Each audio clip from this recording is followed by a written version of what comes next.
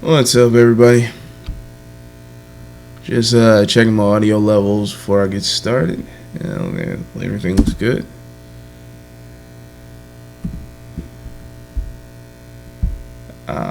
Still having a problem with this cord that I connect to my phone. I'll probably just have to get a new one, but ready to get this show started. You're listening to my Sports Daily. Yeah. Maybe I'll just play this through the mic or something like that. Just completely unplug that. Unfortunate, but it appears to be how we have to do things. It's not that big a deal. It's only the intro and outro, but let's get this thing started. Hit record and let's go. You're listening to my Sports Daily, your source for a fresh new take on all the latest headlines from the world of sports. And now, here's your host, George Bennett. Welcome to the show, everybody. Today is April 6, 2017. And it will not stop raining. Like, around the country, I feel like it's just raining. Just hard. I know Tigers game got postponed again. They've only played one game so far because it just will not stop raining in Chicago. I know it's raining here in Michigan. Here and they're having trouble with rain down in Augusta. It's just raining everywhere, man. I don't know what to say, but outside of that, we got Russell Westbrook going off again last night for a near triple-double. Put up 45, 9, and like 13, I think. So he was one rebound short of breaking the tie he has with Oscar Robertson for most triple-doubles in a year. Would have been impressive to see him get it. I don't think it takes anything away from the season he has if he didn't get it. But, hey, I think he only needs like he only had 10 assists. But I think he only needs like 6, and then he guarantees an average of a triple-double for the whole season. So, obviously, talked about it yesterday.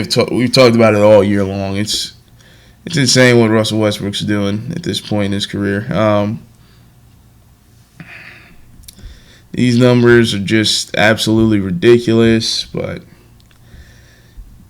there's nothing more to say about it. Like, I mean, I can't really go into more detail. It's like Russell Westbrook's good. It's like, and the sun rises in the east and sets in the west. Like, why do we need to say this at this point? But big game in the NBA last night to everybody except LeBron. Apparently to him it wasn't a big game, but to all us like rational thinking human beings, it was a big game. Cavaliers head into Boston and just beat down the Celtics.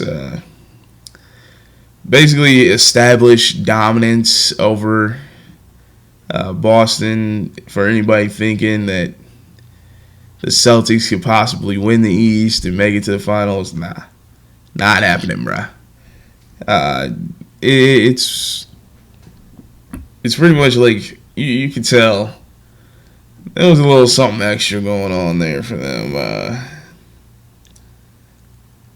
The Cavaliers, they're without Tristan Thompson for the next couple of days. Clearly, they didn't miss him. They just slid Channing Frye in there. He goes off for 10 and 8. LeBron James, he's the high scorer in this one. Puts up 36, 10 rebounds, 6 assists. Just LeBron being LeBron, basically. Not a whole lot to say about this one. Just like Russell Westbrook, the Cavs are good. We know this.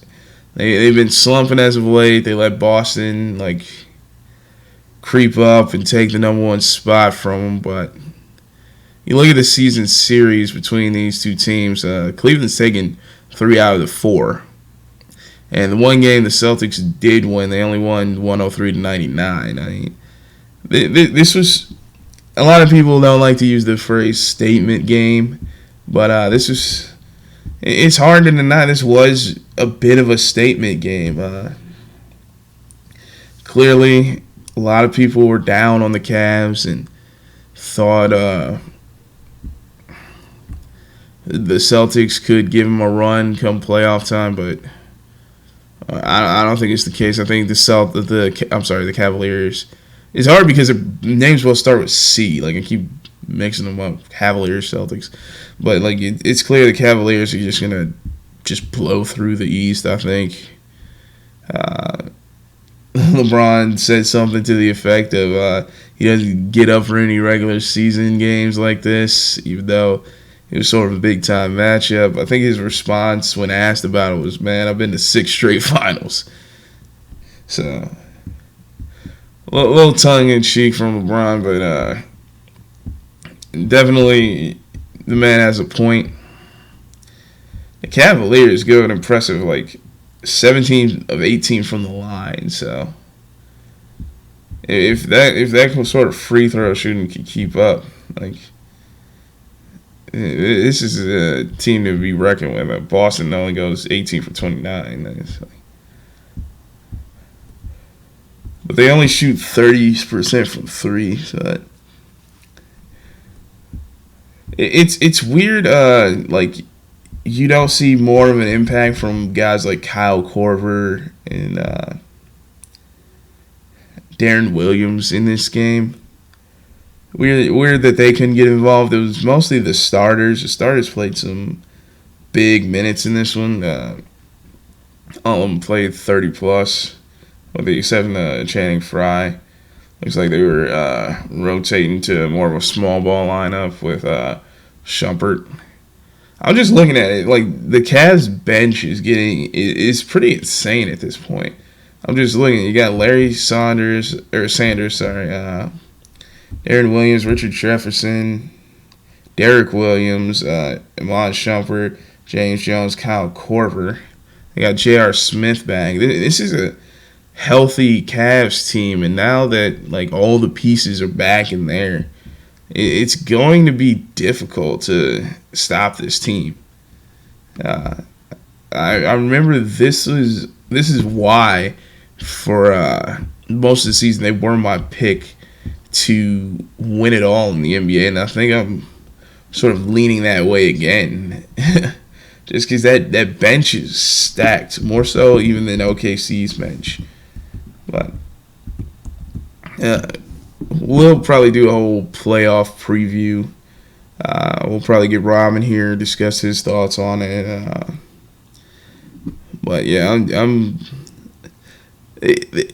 ESPN came out with the proclamation. This has been the best regular season in the NBA. I'm sort of starting to agree because I'm kind of pumped for the NBA playoffs, and I'm usually not.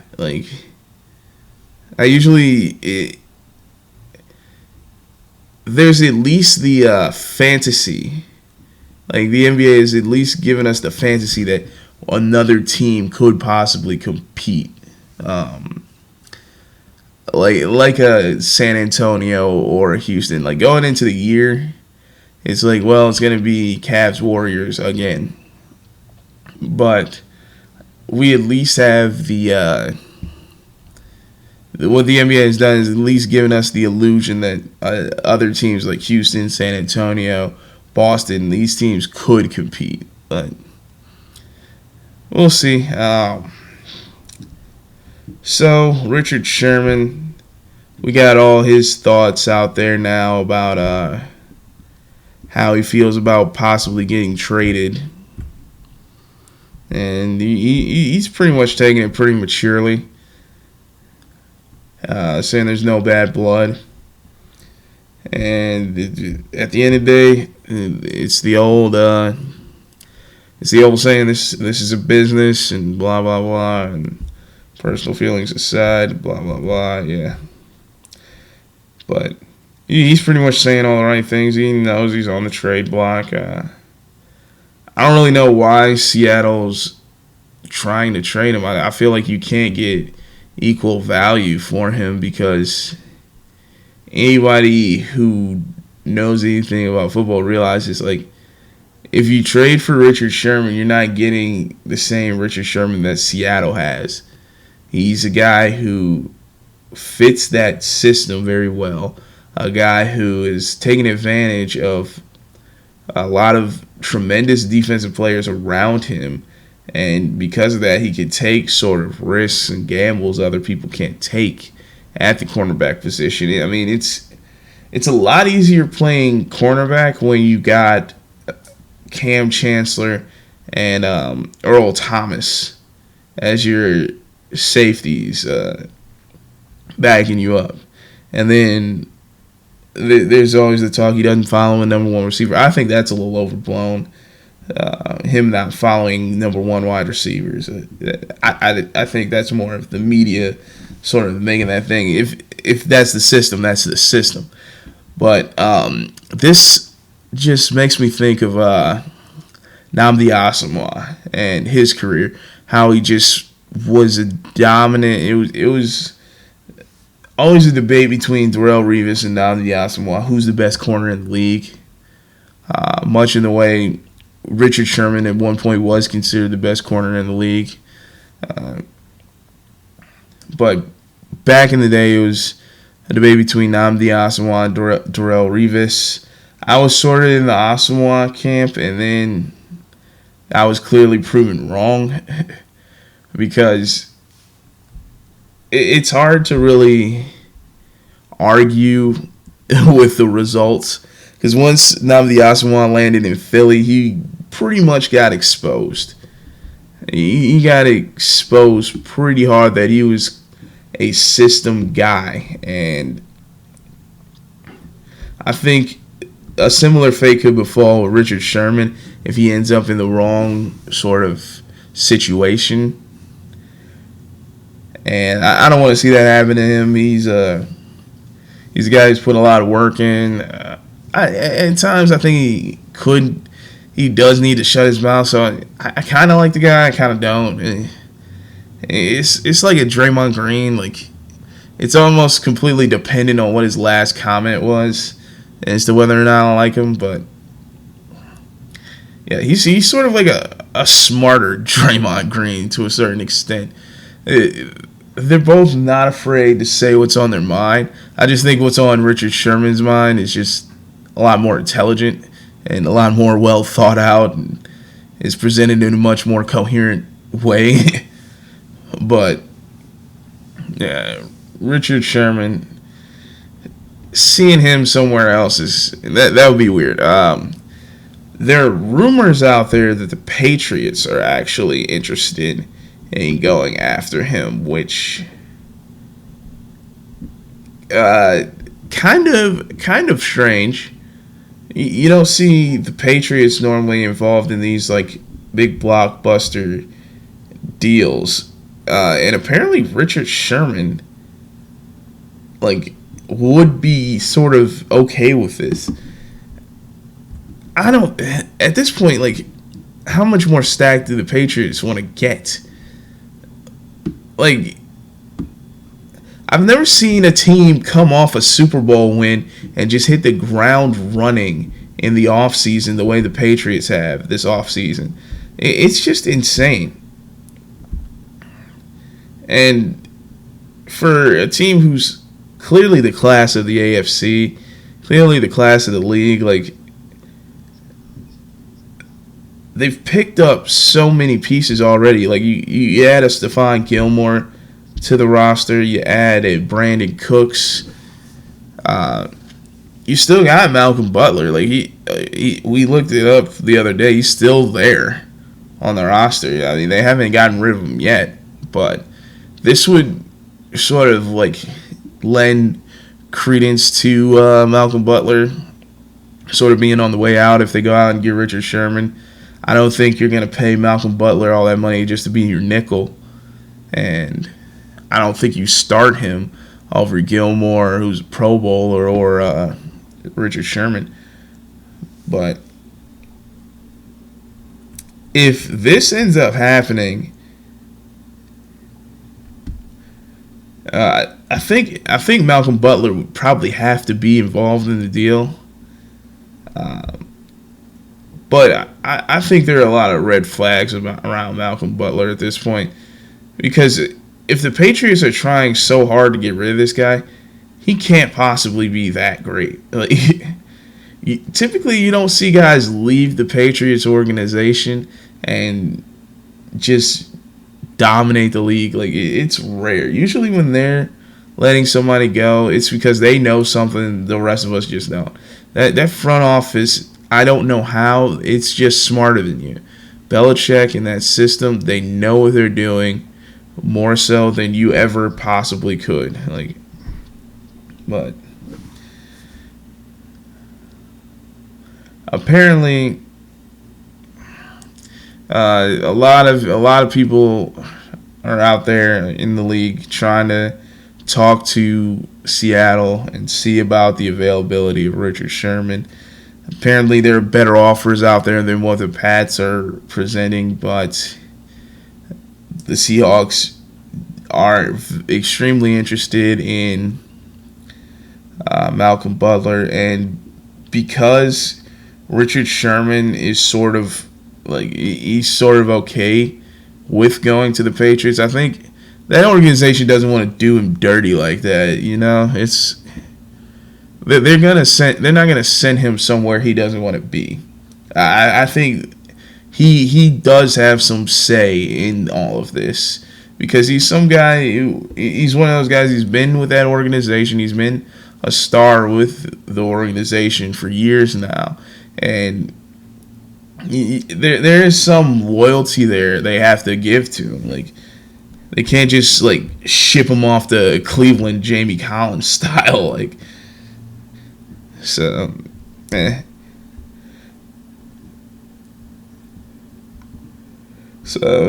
I kind of want to see this happen. New England's building sort of a Golden State Warriors level super team right now, and they're getting Gronk back. That's another thing. They did all this. They did this entire Super Bowl run without Gronk, and now you're adding what is clearly the best tight end in the NFL back into the fold. It's I don't know what teams are going to do. And then you have to defend him along with Brandon Cooks, who I don't know why New Orleans was trying so hard to just dump him. But the Patriots could run through the league. I think the only thing that could possibly stop the Pats at this point is if we see Tony Romo go to the Texans. And it wouldn't be because Tony Romo would do anything. He gives them at least a viable option at quarterback, because the Texans right now are just a quarterback away from being a legit title contender. When you look at that defense, which was a top defense in the NFL without a former defensive player in the year in J.J. Watt, you bring him back into the fold. And then you got Jadeveon Clowney, who finally came on last year and proved why he was the number one overall pick a few years back. I think you lost A.J. Boye in the offseason, but I think he's sort of easier of a piece to replace, and he was a solid corner out there. I can't remember where he went, actually. I'm gonna just take a quick second to look that up.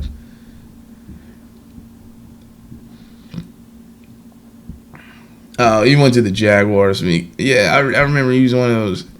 I remember the Jaguars made some quality signings on the defensive end. Gonna have to see if Blake Bortles can sort of get his head out of the sand after last season. But back to the Texans, you got that wide receiver core. Will Fuller sort of came on as a rookie last year and showed flashes of brilliance. It's just there was no one to give him the ball.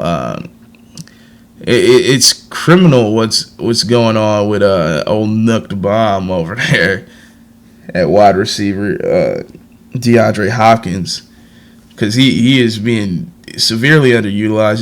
He was so much better a couple years ago before the whole Osweiler experiment went belly up for that franchise. Lamar Miller, because of the ineptitude of the passing game, he wasn't able to do much. But even though he showed great work in a very limited role he had in Miami, he showed great potential, but that didn't come to fruition in Houston. And I think it all came down to Osweiler and like Savage, that revolving door.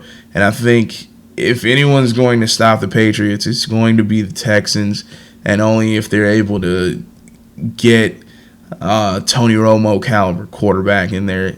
So that way you can actually like fear the passing game and have things open up. And another guy I gotta mention, CJ Fedorowicz, their tight end. He showed some flashes last year as well. So the AFC,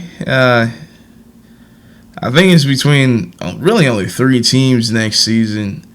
I think you got the Texans, Raiders, and Patriots, and I think the Patriots, with the moves they've made this offseason, I think that puts them like a class ahead of everyone else. They're already the defending champs. I think right now they're easily the favorites to repeat. But speaking of the Raiders, this is their last season in Oakland after they voted to move to Las Vegas.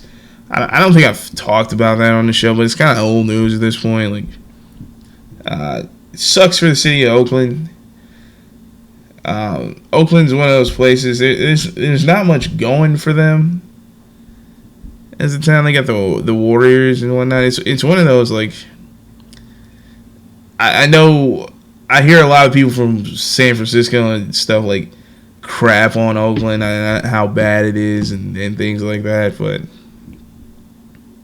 it's one of those things. Like, the Raiders, they were a staple in that city. It was sort of a franchise that very much fit the culture of that town. But someone brought up an interesting point. I think you could have afforded to move because Raider fans are everywhere. I don't think it's a situation where your fan base was necessarily tied to the city of Oakland.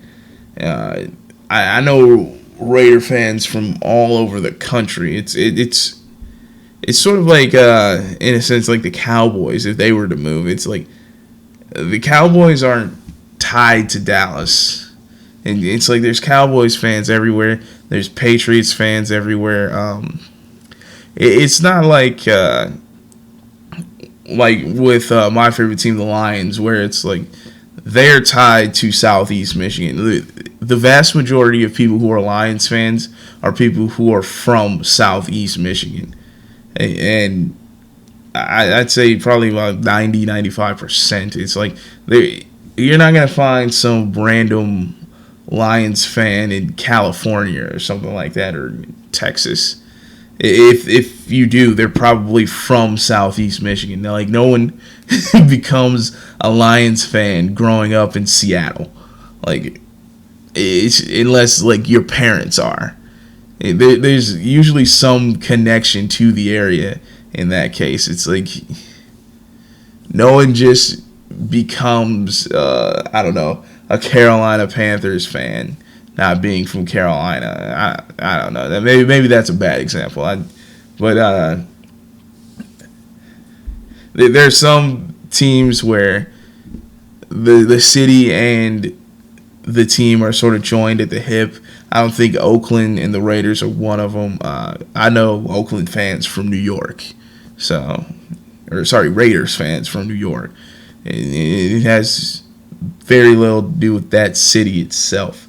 But getting into the news about the Raiders, Marshawn Lynch, apparently him unretiring and joining the team is like that's a full go. He's from Oakland, so you gotta believe there's something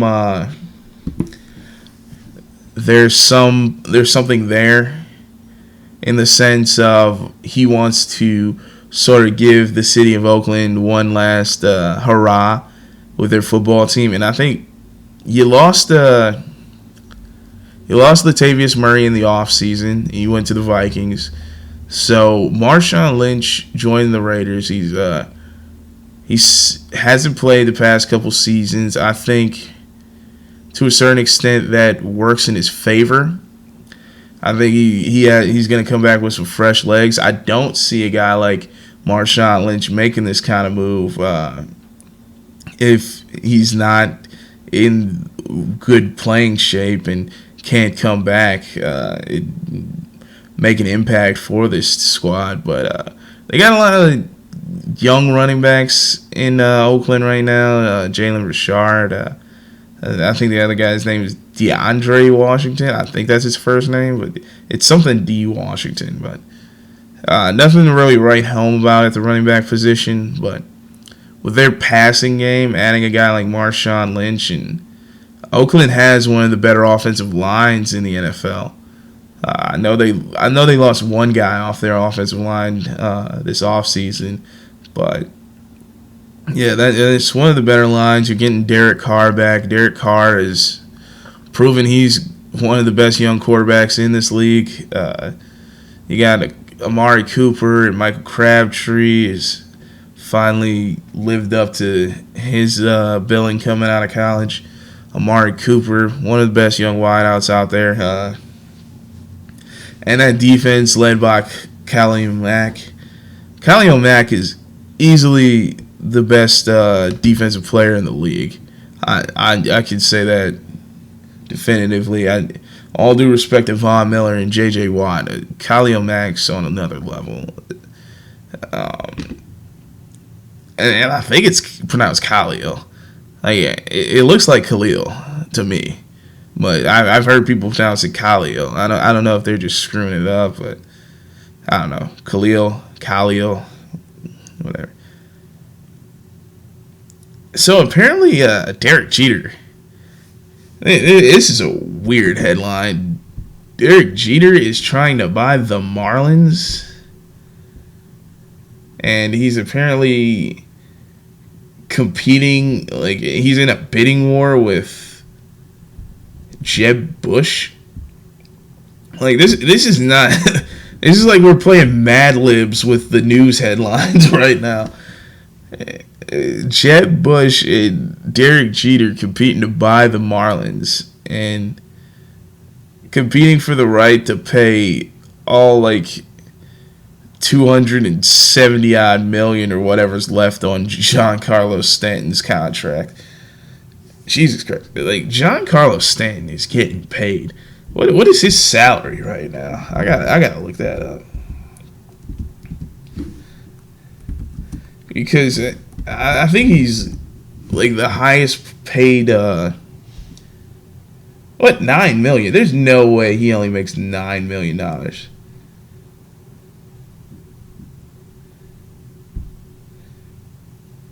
Yeah, you signed a $325 million contract, and his salary is only $9 million. What the heck?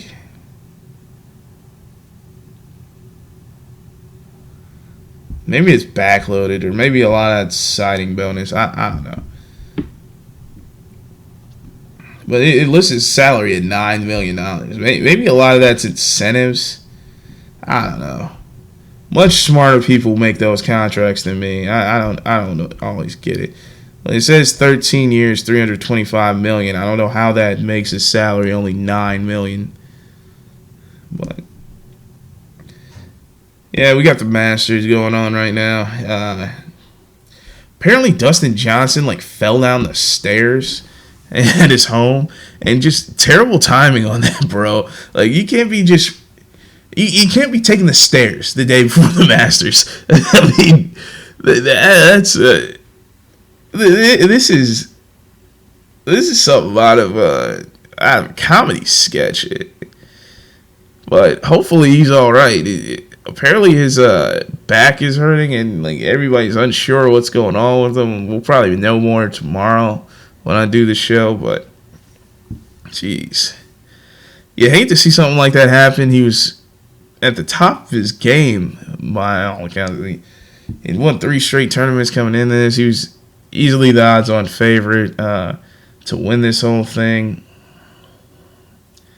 But I don't know. Russell Henley's through 6 holes right now, and he's 1 under. He's leading. But I don't think most guys have even started yet. It's real early.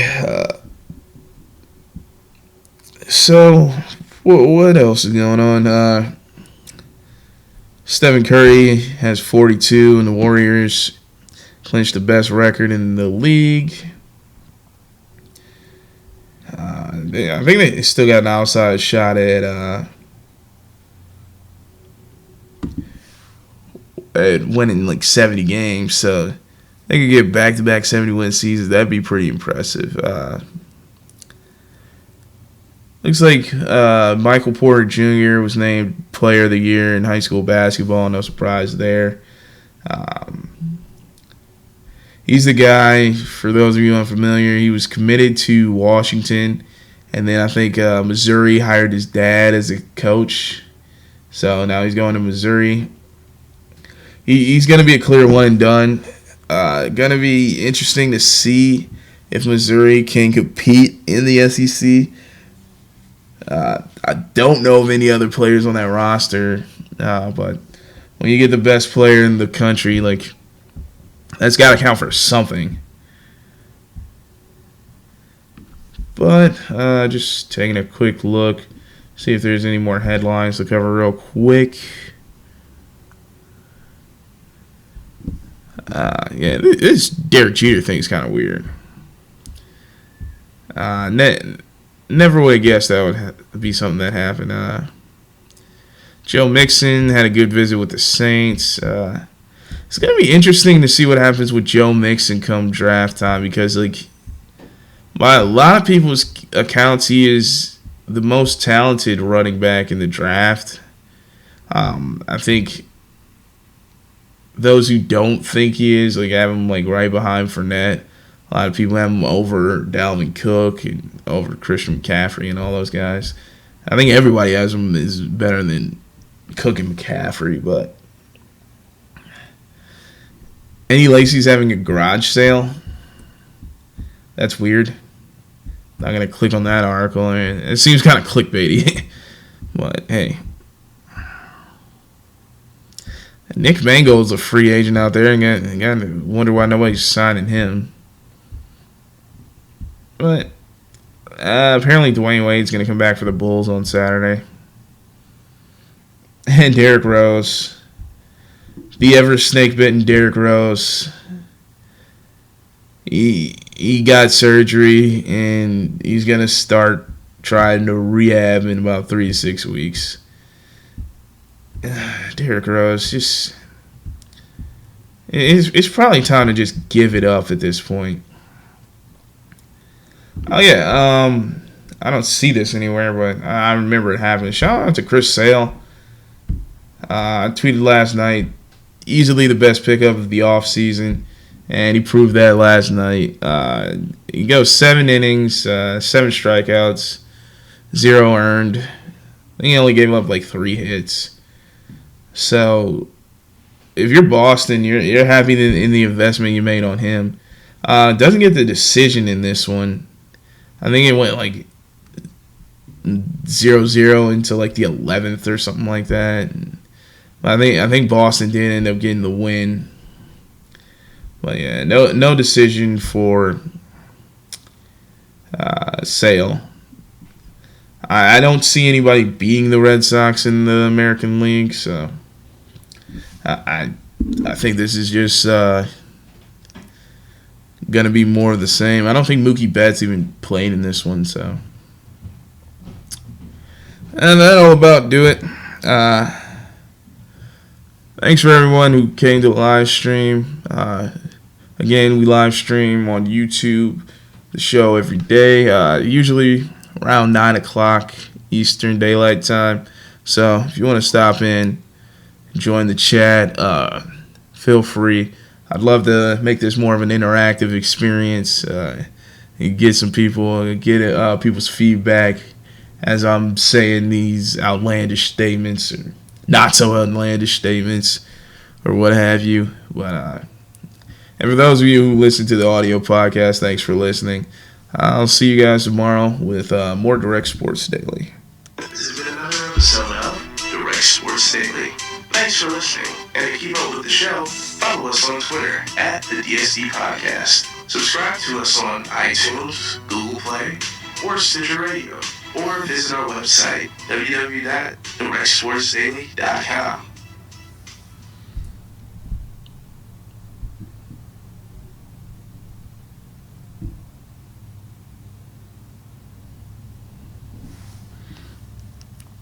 Okay.